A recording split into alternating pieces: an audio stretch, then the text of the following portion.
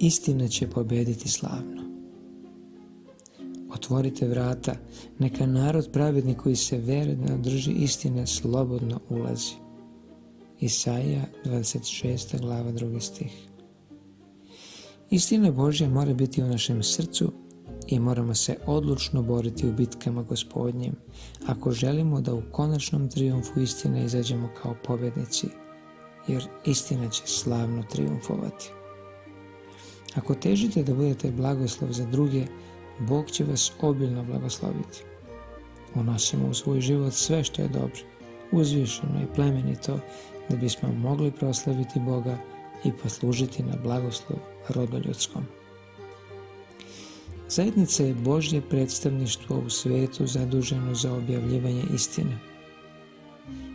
Ona je od samog njega opunomoćena da izvrši naročiti zadatak. I ako ostane potpuno odana njemu, pokoravajući se svim njegovim zapovestima, u njoj će se nalaziti sve obilje preuzvišenost božanske blagodati.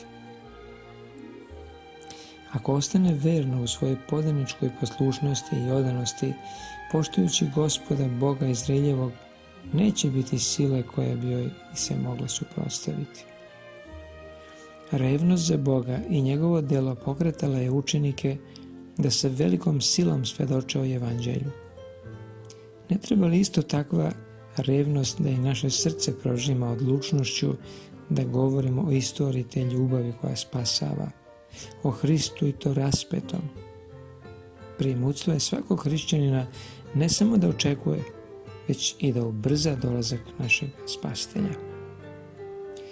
Kada se zajednica zaista obuče u haljine Hristove pravde i oslobodi svake privrženosti ovome svijetu, pred njom će konačno osvanuti zora svetlog i veličanstvenog dana. Božje obećanje koje je dano ostaće čvrsto i postojano zauvek. On će je učiniti večno uzvišenom, radošću mnogih pokolenja. Istina će u trijumfu proći pored mnogih koji su je prezreli i odbacili. Mada ponekad izgleda usporeno, njeno napredovanje nikada neće biti zaustavljeno. Kada poruka Božja naiđe na protivljenje, on joj daje novu snagu da bi ojačao njen uticaj. Obdarena božanskom silom, ona će probiti sebi put i kroz najjače barijere i trijumfalno savladati svaku prepreku.